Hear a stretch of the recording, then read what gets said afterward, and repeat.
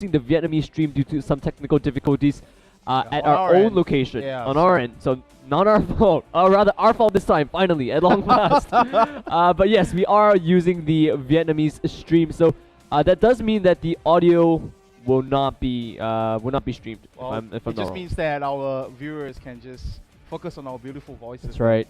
Yeah. No game sounds, all the distractions basically removed, you know. If you've been following Flavors and Chris Cast, basically anything other than our voice, purely distractions, Whoa, right? whoa. So I mean, all right. you know, there's just so many fantastic sounds that you can look out for in the League of Legends game, especially in this one, because I do spot with my little eyes that Rek'Sai has been locked in, so we can what a shame. anticipate the scream, but right now we just gotta guess. We that, might okay, have it's to happening. emulate it for our dear audience. Like, oh, okay, never mind. we'll do it when it happens, but again, we apologize. It's part of a technical difficulty on our part, but we'll do our best to make sure that you don't miss any action whatsoever. And of course, just gonna run through the picks and bans very, very quickly. And actually, the good thing about having it on the Vietnamese stream is that you can actually see the players live in action this time. That's right. At long last, those of you who have been watching the stream through the Singapore feed, wondering, where are all these players other than seeing some of them, just a minor or just a small number of them in the intro videos and whatnot. Here you can see, the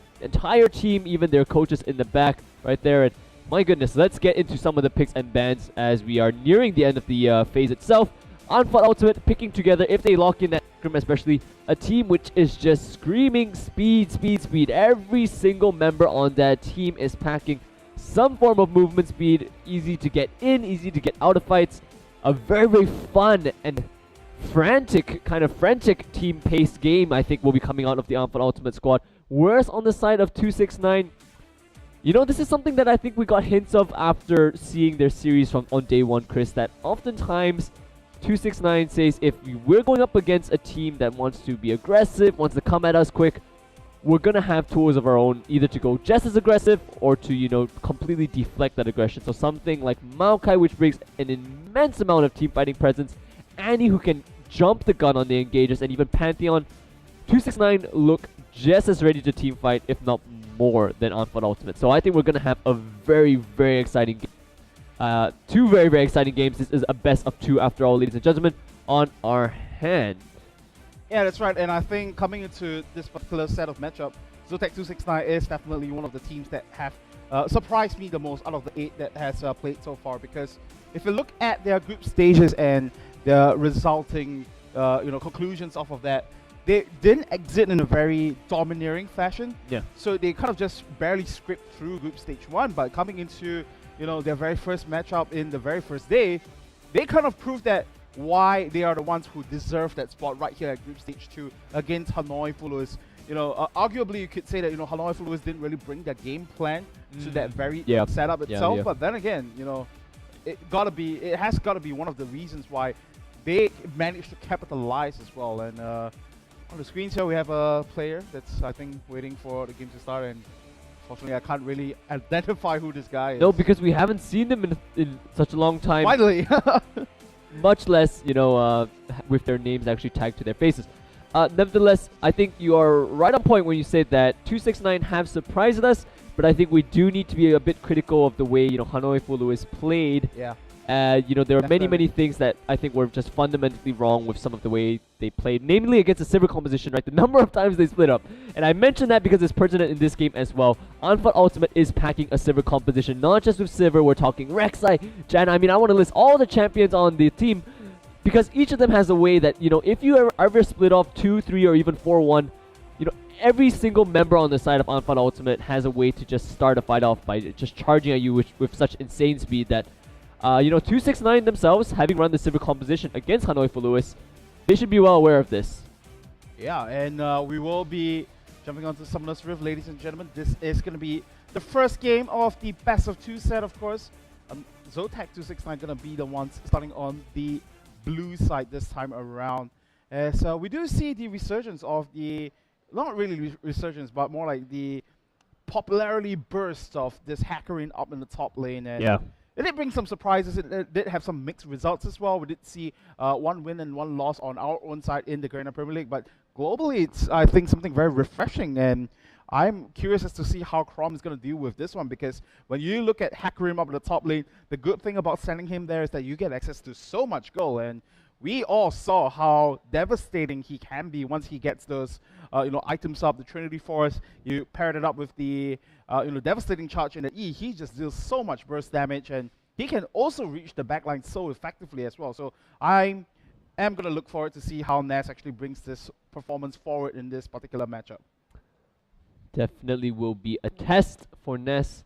As you said, 269 themselves ran with the exact same champion. Now, that does bring to mind something that we saw a little bit, perhaps a little bit questionable on the side of Phat Ultimate in their game number 2 against BKT.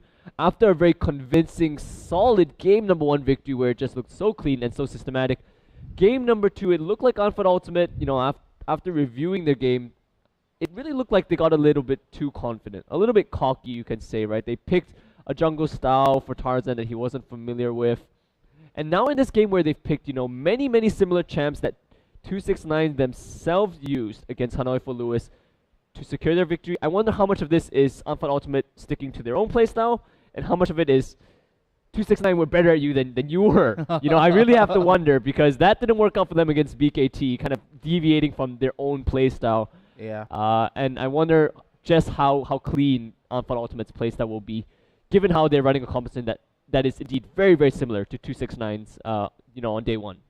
Yeah, but the thing for Phat Ultimate is that one thing they have definitely going is that they have some really strong picks coming their way. And so we are looking at Tarzan perhaps going up to the top lane to go for a gang there. Will he go for the Umburo here? Yes, he does. He does catch up Chrom in a very bad position. Will he choose to flash out of this one? He gets knocked back in and does dodge out the last part of the Umburo as well. We did see Tarzan try to follow through, but unfortunately did not have enough damage on his end. 2 flashes burned from both junglers on the top side of the map here, and Tarzan's going to go back empty-handed for now.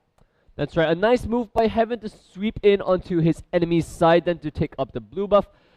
A little bit unfortunate for Tarzan right there, trying to get the knock-up. The second knock-up, the timer on the, basically the reset where you can get that subsequent knock-up quite long until you scale that up again, and just a bit forced right there. Didn't have the damage without the knock-up to actually kill off Chrom.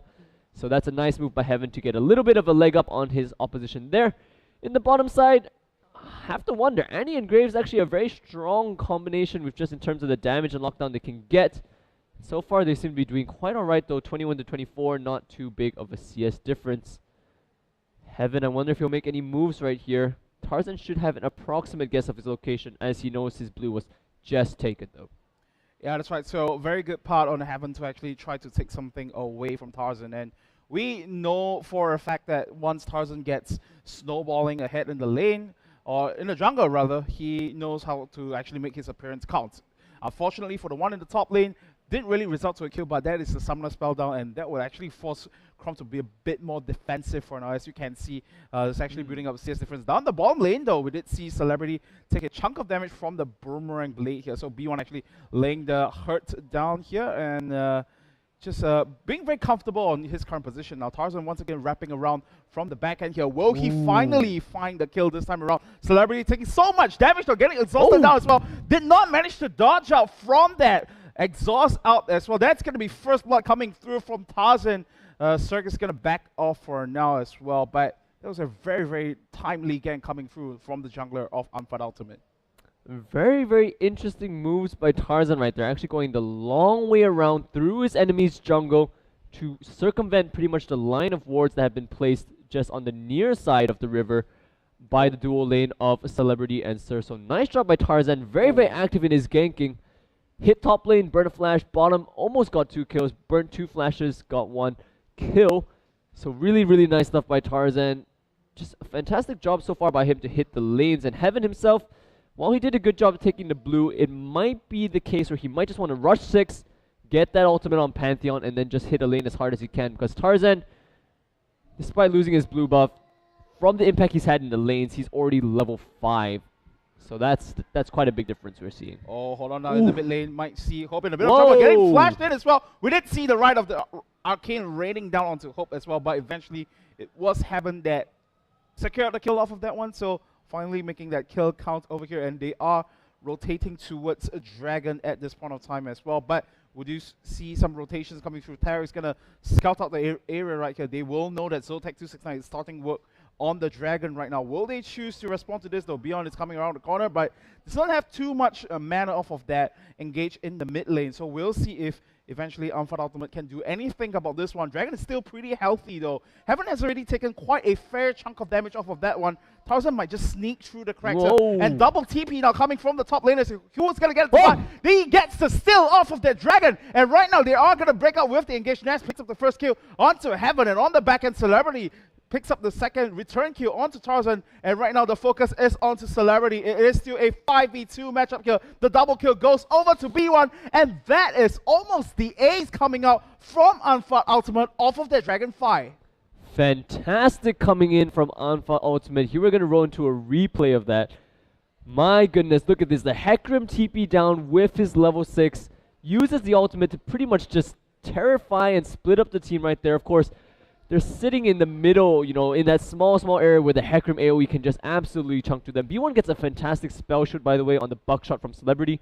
That allows him to stay alive and pick up the triple kill. Now, I'm really happy to see this. Of course, the game is in a foregone conclusion, but Phat Ultimate, you know, the question I raised at the start of the game, how much is this how much of them picking this composition is just cockiness, saying, you know, 269, you pick this composition, we can run it better than you? Look at how Phat Ultimate plays around the objectives, right? This is what we called them out for in terms of their track record from Group Stage 1. This is where they shine, and they do it again. Fantastic from them.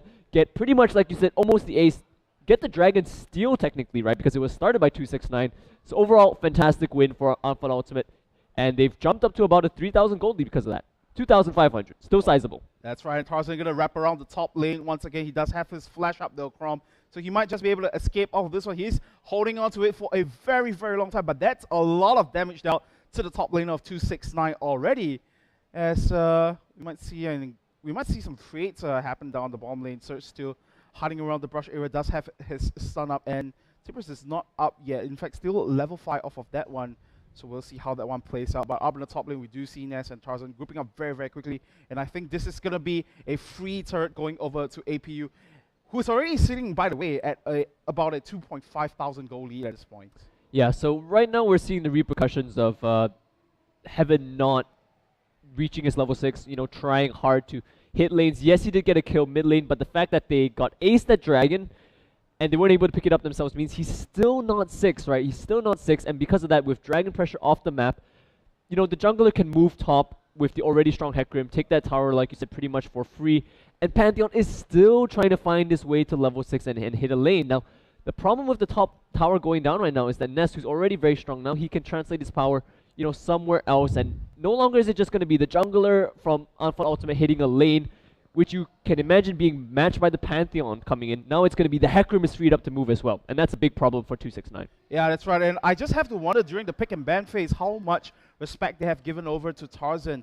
Because this Rek'Sai pick, if you recall back to Group Stage 1, has done so much work for Phat Ultimate in terms of the map utility, the map presence itself, and it just kind of shows that in this particular game as well. If you look, for our viewers who have the keen eye to pay attention to some of the details that has been happening on the map, you do see Tarzan, whenever he's moving around the map, he always stays in that burrow position, and he always makes sure that he's keeping an eye out for the sonar that's going to come out, the tremor sensors that's going to come out to try to spot out the position, and that has actually resulted to him spotting out where Heaven is, where Crom is on multiple occasions. So I have to say this Rek'Sai pick works out for Tarzan so well in the early game, and it's translating that into goal and level, just goal and experience gain for Phat Ultimate at this point.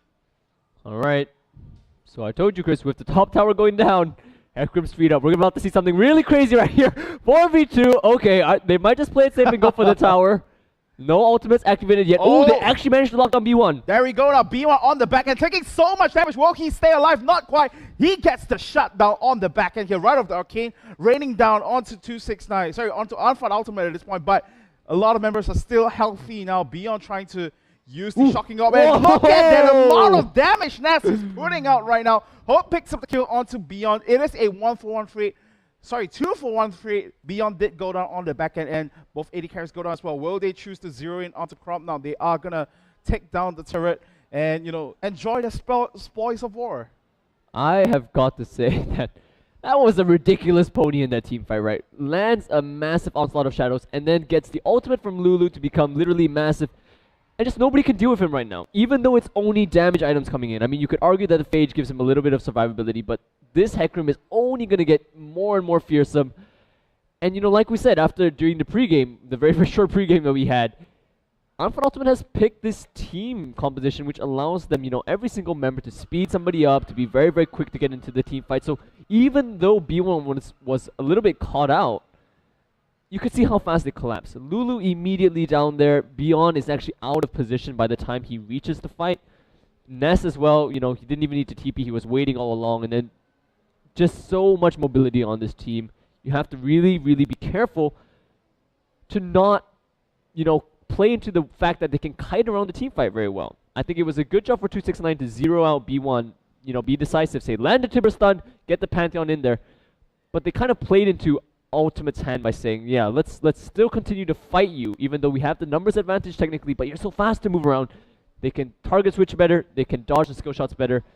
Really, really not a good choice from 269 to choose to continue fighting.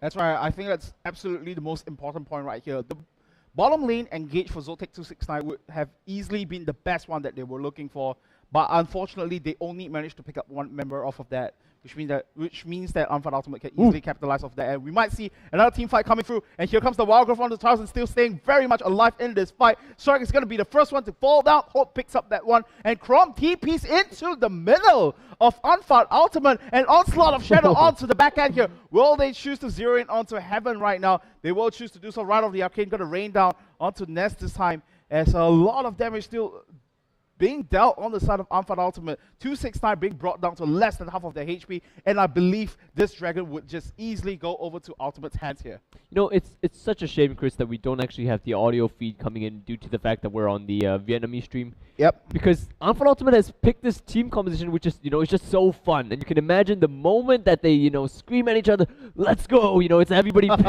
smashes the go button, and you can hear Sivir yelling, you know, Hecarim roaring, Rek'Sai, okay, he's not gonna use his ulti in the team fight, but you get what I mean, right? You can hear them just, everyone goes in at the same time, and 269 is not ready to deal with it, you know. I said that they picked a composition that would be ready for the team fights. You know, Annie can jump the gun. Yep. Malphite has his team fight ultimate, but they're a little bit far behind now. And we saw, you know, kind of shades of that where in 269, they did start the fight with Annie to get a pick on B1, you know, earlier on at the bottom lane fight. But when it comes to just not everybody on the same page, you know, the TP coming in late after that, Annie not even being able to follow up the stun, or nobody being able to follow up on the Annie stun, Ultimate is just better. Ultimate just looked better. And looks like the feed died for a little bit right there. And we're back. Yep, that's right. And I think Nocturne just visited our studio without us knowing. But what is going on? Oh, anyway, we're back into the game. So yes, hopefully that won't happen again, as looks like everything's been resumed back to. Also, anyway, I was about to say that, you know, at least for Phat Ultimate, I think this is the reason why, you know, it's just an absolute joy to watch them play in this particular set of matchup, because they're one of the teams that they're not exactly flashy, that everyone's just on the same page.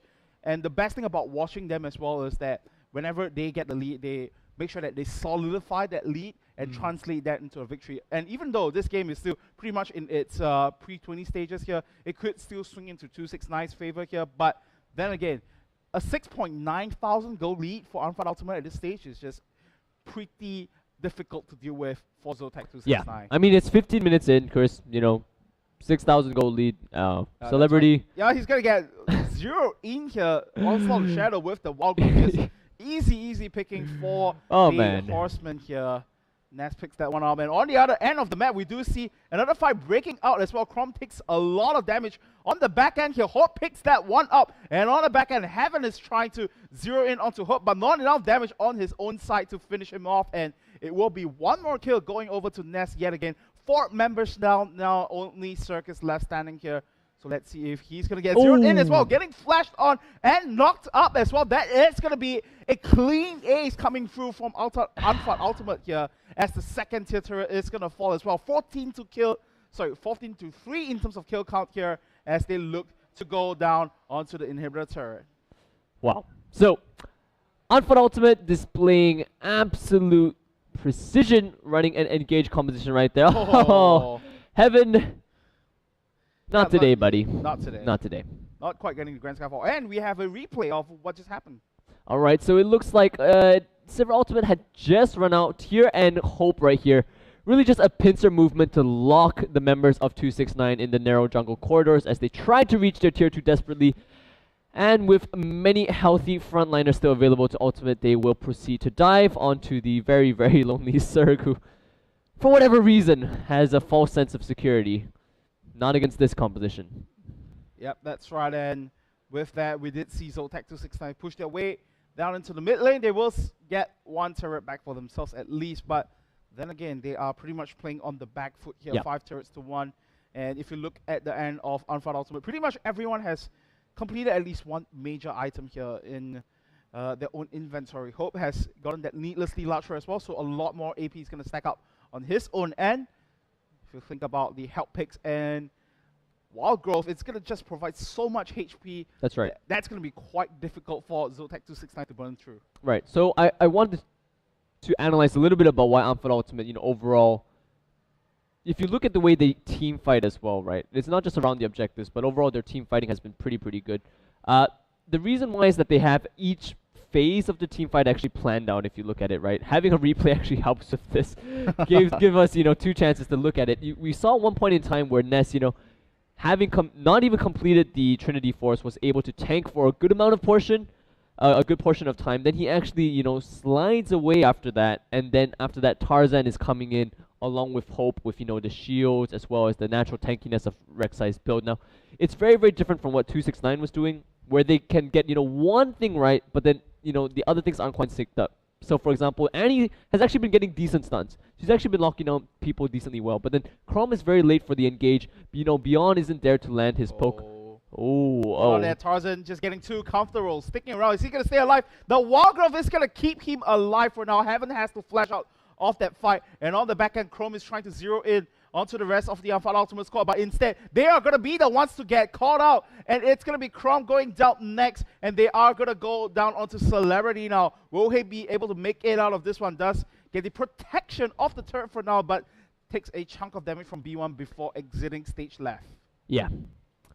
The Predator basically became the prey right there. That is the most depressing feeling for a team where, you're, all right, guys, 5-man stack in this bush. We're going to take this guy out. Right, everybody, okay, pile onto Tarzan. All right, he's done. Who should we do tactics? Oh, hang on a second. Man. He's not actually dead, right? He actually gets out. And again, this actually displays, right, the team fight for Ultimate, where they can just layer on their champions in such a way that the focus has to switch. Now, of course, you have to take this, analysis with a pinch of salt, just due to the fact that Ultimate is so far ahead. But even before they reach this point, I was just talking about it before that catch happened right there, which was that they layered their champions in such a way that it makes it very difficult for the enemy team, unless they have very good shot calling and very good target calling, to say, this is the person we're taking down now, this is the person we're focusing now, and 269 just doesn't have that. Oh, Chrom might just get caught out right here. Will pop the Maelstrom to reduce some damage here, but I don't think he's going to get out of this alive, as it's going to be B1 once again securing that kill for himself. Yeah. I mean, honestly, at this point, Chris, I wouldn't be surprised if we just see a surrender. It's a gone case. This game, there's nothing that 269 can do. There's nothing 269 can do. The only way this game can go over to 269 is if Unfun Ultimate chooses to lose. They're too far ahead. That's right. It's a 19-3 kill over here. We did see an extended chase down onto Celebrity in that last 10 seconds or so, but did not result to a kill. And right now, it is going to be Unfun Ultimate moving over to the Dragon Pit to secure the 3rd Dragon of the game for themselves as well. I don't see how Zotac 269 is possibly going to be there to challenge for this. So one more free objective going over to APU. And the point about Unfun Ultimate overall as a team is that they have truly the makings of what could potentially be a great team in Southeast Asia, because they are the new dogs of the Greater Premier League, but the beauty of watching this team is that everyone just syncs so well together. They're just like 5 puzzle pieces that fit in to make a beautiful picture. And that's right. Yeah, it's just great to see. Some teams, when they are this far ahead, they would some teams would have the tendency to say, okay, you know what, I'm just going to be the one to split push by the side. You all group up, and we've seen that before. Yeah. And sometimes it works, but sometimes it does not play too well in the winning team's favor. But this time around, like what we saw in the jungle, Tarzan, he was getting caught out, and you could see how quickly Phat Ultimate responded to that, making a lost opportunity into something great.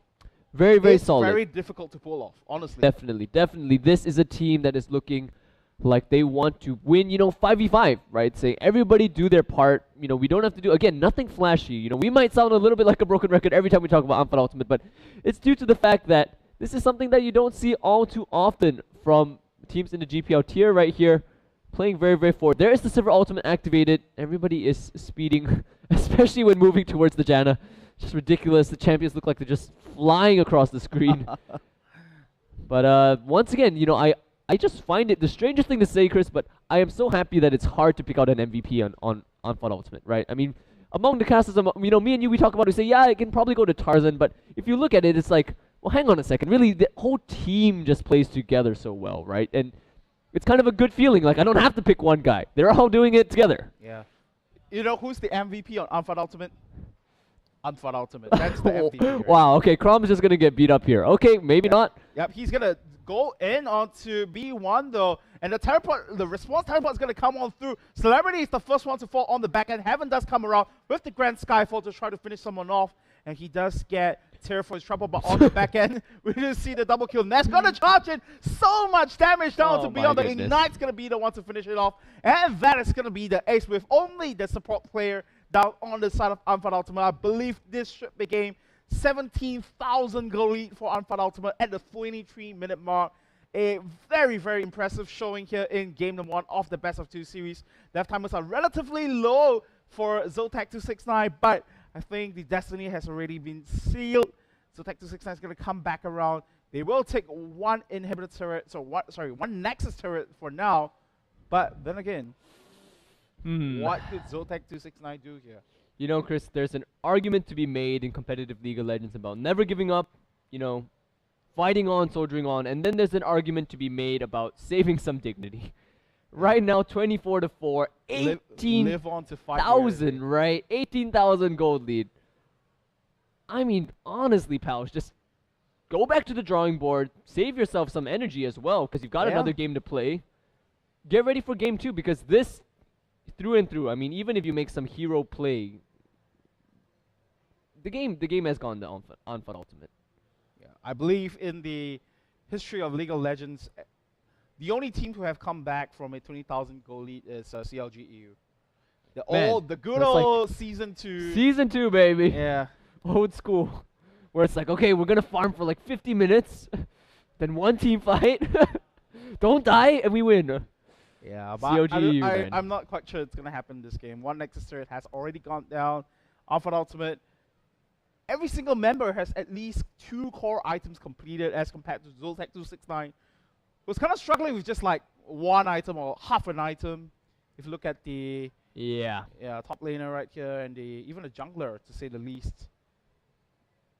So we'll see how this concluding team fight might just happen right here. Heaven does get the jump onto Ness.